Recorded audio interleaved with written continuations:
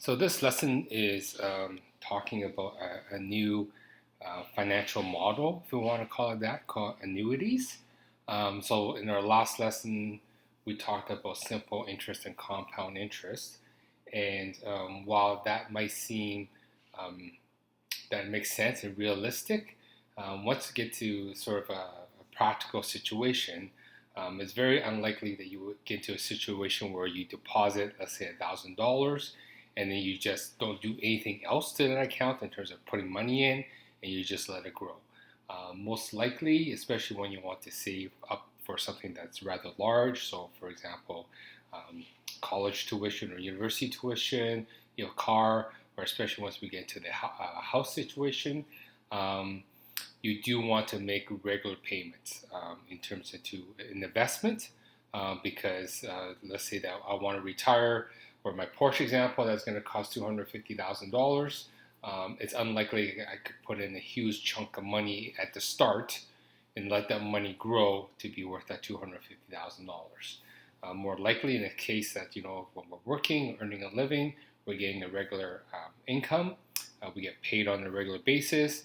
The whole idea behind this is that for savings, which I'm trying to teach my daughter right now as well, as she's doing a co-op term, starting to work, is just taking a fraction of your weekly pay, or your bi-weekly pay, or monthly pay, and sort of storing that into a savings account, and then over time letting that money grow into something that at the top of her RRSP. So that's another thing that we could sort of think about is a long-term investment to when we retire. I know that so far in your mind right now, I know when I explain that to my daughter, she gives me this funny look like I'm nowhere near retiring. But the whole idea of learning these lessons is understanding that if we start early and we don't have to put in a large amount of money, but if we start early and doing it at a regular basis, that money will actually accrue to a much larger value that hopefully we could retire on, or we could buy our house on, or we could buy our car on, or whatever it is that sort of you're looking at long term. So before we sort of talk about the math behind this, we have to understand some of the concepts and the terminology. So hopefully by the end of this lesson, we'll discover what an annuity is. A really nice tool that to sort of see what's happening in terms of the financial picture. And I strongly encourage you, once we get into more trickier questions like annuities, or questions that combine the types of annuities, is to really draw a timeline and looking at how much the money is worth. And usually two places that we look at is how much is an investment worth now, and how much is the investment worth later. So when we talk about present value and future value. There are many types of annuities. I won't pretend I actually know the various types, but for the purpose of this unit, we're going to talk about a simple, ordinary annuity. And then I'm going to go through and sort of show you the pattern that develops, and hopefully from that we could be able to understand the formula that we get to calculate the future value of annuity. So let's first of all define annuity. Annuity is a series of payments or investments, and is made at a regular interval. So example would be if you get birthday money from your grandma, every year she gives you $100. You take that money, you don't spend it, you deposit $100 to a savings account. That's a regular interval. It's happening every year. The other example I gave you is once you start working, most employers pay either bi-weekly, in other words, every 2 weeks, or they pay what we call semi-monthly, or twice a month. So again, that's something that's regular, and then you can sort of take money from that and put it into an investment, and that would be a regular interval. So a simple ordinary annuity is an annuity, so something that's paid at regular intervals. But in this case, the payments coincide with the compounding periods. So that's what we define as simple annuity. So for example, if a compounding period is semi-annually, so twice a year, we make payments. The payments are made twice a year. If the compound period is monthly, in other words, 12 times a year, then the number of payments that are made is every month as well. So it has to be coinciding between the compound period and when the payments are made. Again, when we talk about payments made, we can flip this around, and this applies to the exact same thing as in terms of instead of investing, this could be a loan that we're taking out. So the sort of same idea, but again, the perspective is flipped. And finally, the last part that we're going to talk about is that it's simple. And when we say simple, the definition of that is that the payments are made at the end of the interval. So that part's a little bit weird, and hopefully when we actually go through the examples, we can see exactly what we mean. So again, for this unit, we'll only study simple ordinary annuities. So we can always assume that the compounding periods is going to match the time frame that we make those regular interval payments, and also that the intervals are done, the payments is done at the end of the intervals. So here's a question that sort of we could just go off and sort of understand the situation, and then go off and figure out how could I actually calculate this and determine this. So Henry invests $500 at the end of each year into an annuity that earns 2.7% per annum, compounded annually for the next 5 years. So it's almost like a basic compound interest situation, almost. So we're going to use a timeline to show the future value of this annuity. So when we create a timeline, so we might start something like this. And we can say this is at sort of year 0, here's year 5, and we're going to have our intervals. So there's going to be year 4, year 3, year 2, year 1. Okay? So the idea of annuity against a simple annuity is that the payments are made at the end of the interval. So we could say, for example, that Henry makes a payment of $500 here after year 1, $500 after year 2, $500 after year 3, $500 after year 4, and $500 after year 5. So we got those regular payments every year. So the easiest way to sort of determine or kind of see what we need to do with this is actually start at the very end. So this is what timeline kind of shows, is that we can almost think about each of these as like our present value. So we jump 1 year ahead from now, and at that time he's putting in $500. So that $500 represents the present value. So we're going to jump ahead 5 years from now. 5 years from now he's putting $500. So that's present value. Well, how much interest does he earn after at that time? Because the idea of annuity is that after 5 years, how much is it worth? Well, this $500 is worth $500. In other words, it has earned no interest, and that only makes sense. Actually, before I continue, I recognize I forgot to sort of calculate our interest rate. So in this case, our interest rate is counted by annually. So here's 2.7%. So R is actually 0.027. And since it's compounded annually, that makes I the same thing as 0.027 as well. And we can see that we actually need these values because what we're doing over here is that now we're going to take this $500, and that one has earned interest because after 4 years from now, he's going to put that $500 in this investment, and then 1 year later, in other words, after the 5th year, it's going to earn, in this case, one interest payment.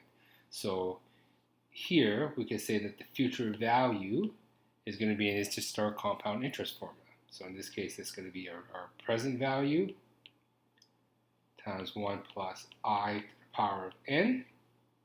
So in this case, the present value would be 500, and that's going to be 1, and then we're just going to shortcut it to 1.027. And because it's compounded annually, there's only one interest payment, so it's just to the power of 1. So that works out to be $513.50. Okay. The third after year 3. So what happens with that $500? So this is the idea of the timeline, is just taking each of those payments and really trying to figure out what is happening with that specific payment or deposit in that itself. So $500 in this case is actually going to earn 2 interest payments because over 2 years. So in this case, we're going to write down the same formula. In this case, I'm just going to shortcut it. The future value is going to be 500. In this case, it's going to be 1.027 because it's the same interest rate. In this case, because it's after 2 years, there's going to be 2 interest payments onto that. So that's going to be to the power of 2. So 500 times 1.027 to the power of 2, that's going to be $527.36. And we kind of see just kind of doing the same thing over and over again. So in that second payment after year 2, what's the future value of that? That's 500 times 1.027 to the power of 3. And in this case, you plug in that into a calculator, we get $541.60. And finally, could have started with this, but I just want to start backwards to see what the pattern is so what is doing with the interest. So the very first payment that he made after year 1, well, the future value of that is going to be 500 times 1.027 to the power of, well, it's earned 1, 2, 3, 4 interest payments over that period of time. So to the power of 4. So plug that into the calculator, we got $556.23. So in order to determine his actual future value, hopefully we kind of see that we're just going to go off and we just add up each of those amounts, because that's the $500 after year 1 is now worth after 5 years. It's $556. That's the $500 put after year 2 is now worth $541. The $500 put after year 3 is now worth 5 years from now. It's going to be worth $527. $513.50, and finally the last payment. And this is the part that's weird about simple annuity, is that even though we're looking at the investment after 5 years, we're still making that payment at the end of the 5th year. So in that case, that earns 0 interest. So we're really going to add all these up, and we add them all up, and we get a grand total of $2,630.69. So one question that we could ask from this is, how much money did Henry earn? Or how much interest was accrued on his investment? Well, how we calculate that is, so there's no really simple formula in order to calculate for this. What we have to do is, well, how much money did Henry actually put in? Well, Henry put in $500 5 times. So the amount of his own money that he invested or put in was $2,500. But at the end of 5 years, how much was his investment worth? Well, $2638.69. So here, I think I gave a general formula of what interest is. Interest we can calculate to be the future value minus the present value. So in this case, the investment, or in this case, the investments. So it's going to be $2638.69 minus $2,500.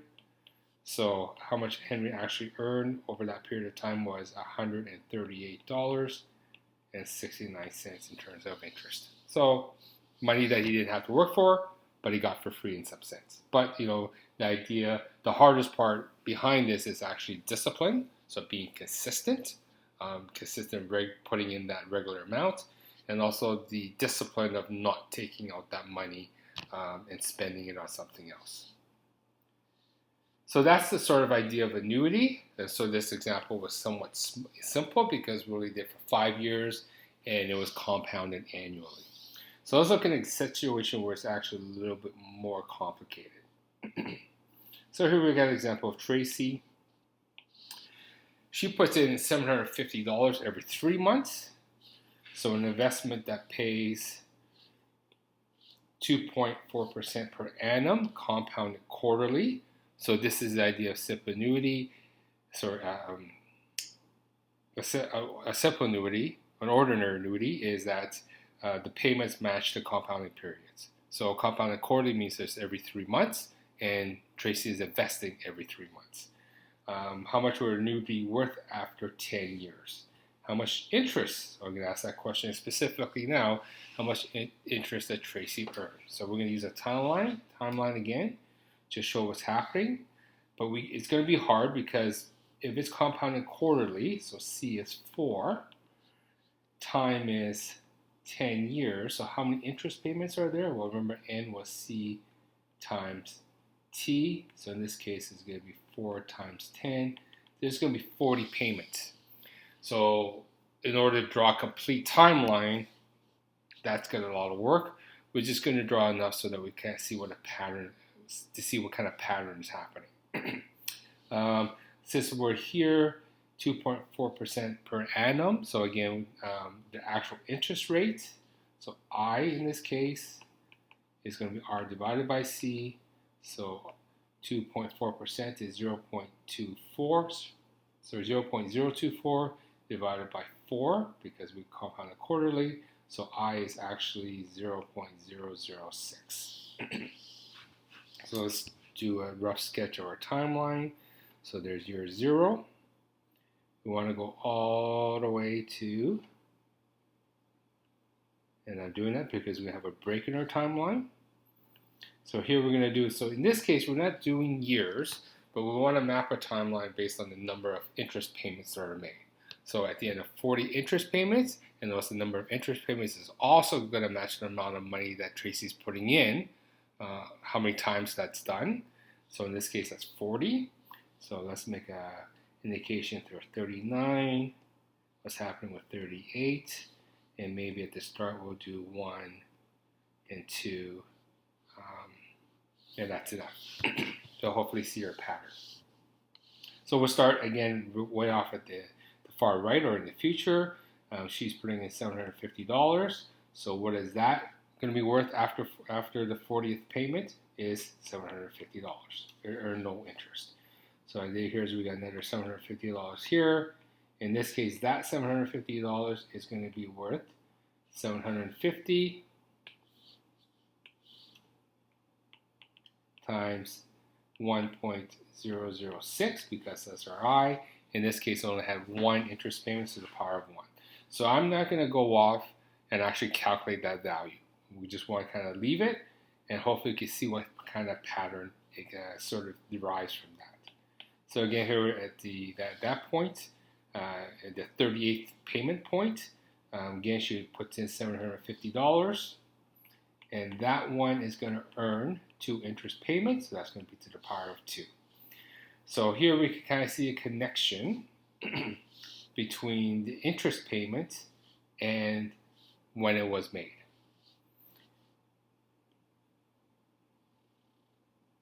And essentially, you can kind of see that they add up to 40. In other words, they add up to that to the end.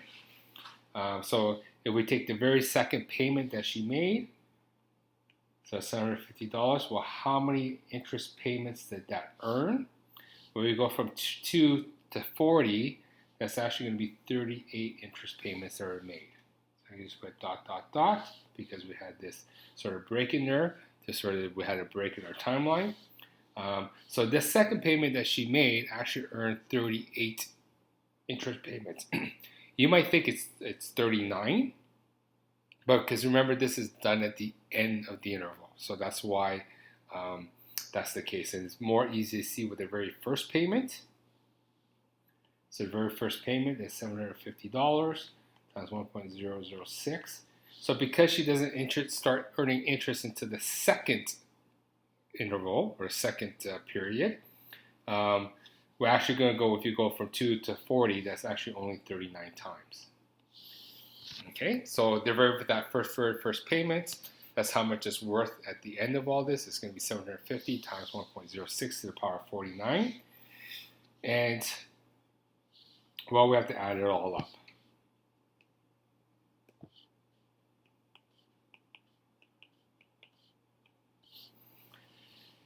And this is why we need to understand geometric series, because essentially this is a geometric series. You can see in here, what's the common ratio between all these? So this is my first term, if you want to think about it. This is my second term. This is my third term, etc., etc. And this is obviously my 40th term. Well, the ratio here happens to be 1.006. because think of that, what we did with the compound interest, how I showed the formula for the compound interest as well, that was common ratio as well. So every time we're doing it on, we'll multiply by another 1.06. Well, what's the first term? Well, my first term in this case is actually $750. And in this case, N is 40 because we're doing this 40 times.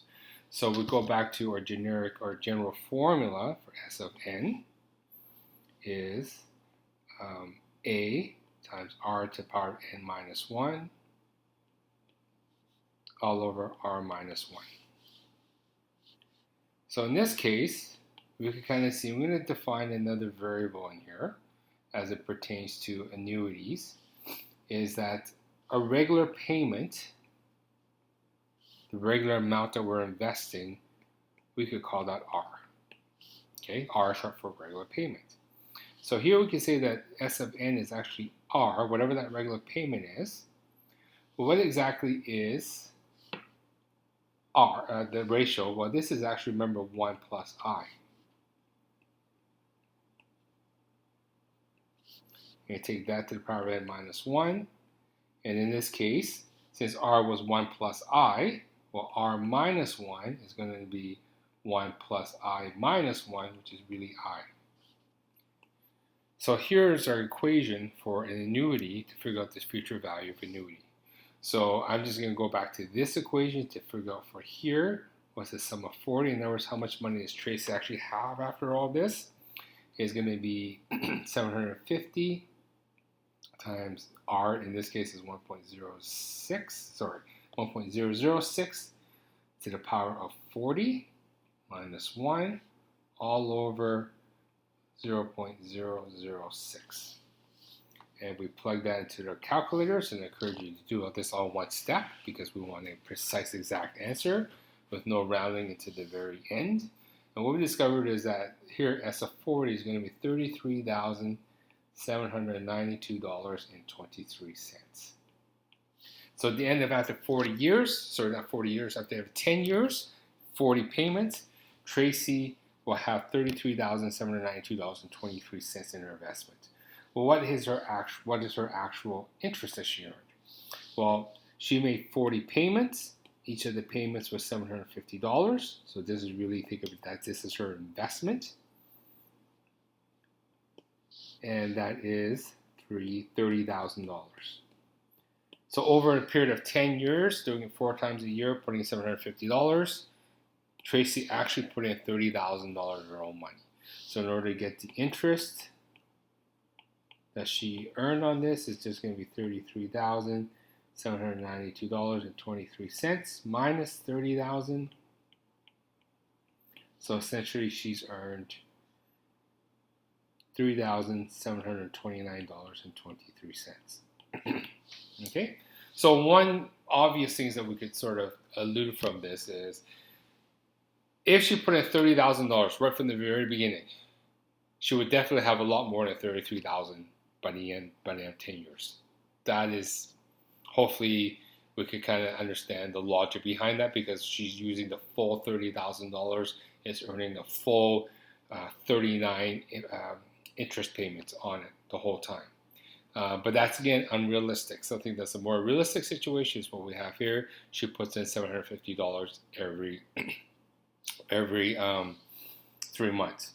What's also clear is that if she only puts in $750 once and just lets it ride, she's never going to come close to $33,000. Not even close. So again, this is sort of the best of both worlds. We can't make that huge initial deposit or investment, but we're just doing it over time and letting compound interest also work in our favor. So just going to summarize the equation that we came up with. So for a simple ordinary annuity, our future value is determined by R, whatever that regular payment is, 1 plus I, all to the power of N, minus 1, all divided by I. And really, that's the gist of this unit, is be able to have this formula, know this formula, memorize this formula. Hopefully, the example that I gave with the timeline kind of helps you see where the formula is coming from. So let's go back to my Porsche example. So fantastic! I learned about this cool thing called annuity, and I'm going to take advantage of that because I couldn't fork over, I can't remember what the answer was, over $100,000 at the very beginning, and let it ride for 20 years. So we still have the same situation: is that the Porsche is still worth $250,000. I want to retire to 20 years. I happen to find an investment now that's actually compounded monthly. And so I want to figure out how much monthly payment do I have to put into this investment so that's worth $250,000 20 years from now. So here, let's go off and map some more variables that we sort of determine. So because it's compounded monthly, C is actually 12. So time is still 20 years. So the number of payments I need to make is going to be 12 C times T. In this case, 12 times 20, which is 240. Okay, so over a span of 20 years, I would have to make 240 payments, regular payments. The other thing that we need to figure out is the interest rate. So here it was 3.6. So one thing I forgot in here, but again, all interest rates in this unit are given as per annum. So the R is 0.036. So I is R divided by C. In the case, 0.036 divided by 12, and that works out to be 0.003. So that's the interest rate on each interest payment that I'm given or that I earn. So let's go off, and I think, oh, and one important thing is the future value here is $250,000. So let's go back and look at our formula for simple annuity, simple ordinary annuity. So future value is the regular payment times 1 plus I to the power of n minus 1 all over I. So in this case, my future value is $250,000. I don't know what R is. And in the second part of that equation, 1 plus I, so you just do the one shot. That's going to be 1.003. To the power of, and in this case is 40 minus 1, and this is all divided by 0.003. And if we plug all that into our calculators, we're going to determine that R is actually approximately $712.78. So essentially, I will have to make a monthly payment into this investment of $713 approximately, and after 20 years in that account should be $250,000.